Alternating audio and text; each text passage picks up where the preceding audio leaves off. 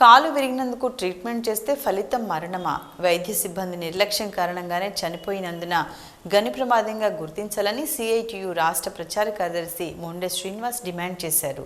Godavarikhani Singareni area ఆసుపత్రిలో మత్స రమేష్ అనే supervisor యువ కార్మికుడు చనిపోయిన సంఘటన ఉద్దేశించి సిఐటియు రాష్ట్ర ప్రచార కార్యదర్శి మొండె శ్రీనివాస్ మాట్లాడుతూ కాశీపేట రెండవ గని మచ్చు రమేష్ సీనియర్ మైనింగ్ సర్దార్కు ఈ నెల డిసెంబర్ 22న గనిలో ప్రమాదవశాత్తు కాలుకు దెబ్బ తగిలిందని ఆసుపత్రికి పంపగా కాలు విరిగిందని గోదావరి కనిలో ట్రీట్మెంట్ నిమిత్తం పంపి డిసెంబర్ 22 నుండి చికిత్సలు చేస్తూ ఉన్నారని, కానీ ఈరోజు అతను సడన్గా ఎక్స్రే సమయంలో స్ట్రోక్తో చనిపోయాడని చెప్తున్నప్పటికీ అతను అందించిన చికిత్సపై పలు సందేహాలు వెల్లువెత్తుతున్నాయని, కాలు విరిగిన ట్రీట్మెంట్తో దాదాపు 20 రోజుల వరకు ఆసుపత్రిలో ఉంచుకొని వాడిన మందుల వల్లే చనిపోయాడని అనుమానం తలెత్తుతుందని, చనిపోయే వరకు కూడా ఆసుపత్రిలో ఉన్న డాక్టర్లు తనను సరిగ్గా పరిశీలించకపోవటం మూలంగానే అతను ఈరోజు చనిపోయాడని, గత 2-3 సంవత్సరాలుగా సిఐటిలో L1గా మందులు వాడవద్దని, ఆసుపత్రిలో సరైన స్పెషలిస్ట్ డాక్టర్లను నియమించాలని, వైద్య పరికరాలను సైతం మంచివి ఏర్పాటు చేయాలని ఆందోళనలు చేస్తున్నప్పటికీ నిధుల కొరతతో యాజమాన్యం పట్టించుకోకపోవటం మూలంగానే ఈరోజు యువ కార్మికుడు చనిపోయాడని విమర్శించారు. గనిలో ప్రమాదం జరిగి ఆసుపత్రికి పంపినందున గని ప్రమాదంగానే ఈ మరణాన్ని గుర్తించి యువ కార్మికునికి తగిన న్యాయం చేయాలని డిమాండ్ చేశారు. కాశీపేట 2 మందమారి ఏరియాలో పనిచేస్తున్న జేఎంటీ మచ్చ రమేష్ అనే కార్మికుడు మైనింగ్ యాక్సిడెంట్లో డిసెంబర్ 22వ తేదీన గోదావరికని ఏరియా హాస్పిటల్లో జాయిన్ కావడం జరిగింది.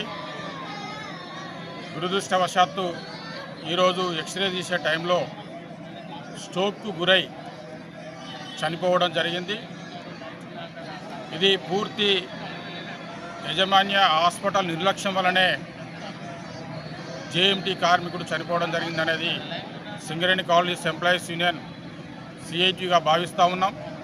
గత అనేక సంవత్సరాల నుంచి అనేక సందర్భాలలో సింగరేణి హాస్పిటల్స్ మెరుగుపరచాలని, అధునూతనమైన టెక్నాలజీని పెంపొందించాలని అనేక పోరాటాలు సిఐటి చేస్తున్నప్పటికీ దాదాపు 10 కోట్లతోటి ఆధునిక టెక్నాలజీ బ్లడ్ శాంపిల్స్ కానీ లేకుంటే మన తదితర ఎక్స్రేలు కానీ చేసినప్పటికీ డాక్టర్లు హాస్పిటల్ వ్యాధిని నిర్ధారించడంలో పూర్తిగా విఫలమవుతున్న పరిస్థితి ఉంది. అందులో భాగంగానే ఈరోజు కాలు విరిగిన వ్యక్తి 22వ తారీఖు నుంచి హాస్పిటల్లో ఉంటే అనేక పరీక్షలు చేసినప్పటికీ ఈ హార్ట్కు సంబంధించిన వ్యాధి నిర్ధారణ చేయకపోవడం అనేది ఇది పూర్తిగా యాజమాన్య డాక్టర్ల నిర్లక్ష్యం అని చెప్పి సింగరేణి కాలనీస్ ఎంప్లాయీస్ యూనియన్గా మేము భావిస్తూ ఉన్నాం. ఇప్పటికైనా యాజమాన్యం ఆలోచించాలి. అలాగే సింగరేణి హాస్పిటల్ యజమాని కూడా ఆలోచించాల్సిన అవసరం ఉంది. ఆధునిక టెక్నాలజీ కాదు, కార్మికుల వ్యాధి నిర్ధారణ చేయడంలో ఈ నిర్లక్ష్యాన్ని కార్మిక వర్గం సహించలేదు. భవిష్యత్తులో ఇలాంటి మరొక విషయం జరిగితే అనేక పోరాటాలు చేసి సాధించుకుంటామని చెప్పి సందర్భంగా తెలియజేస్తూ ఉన్నాం.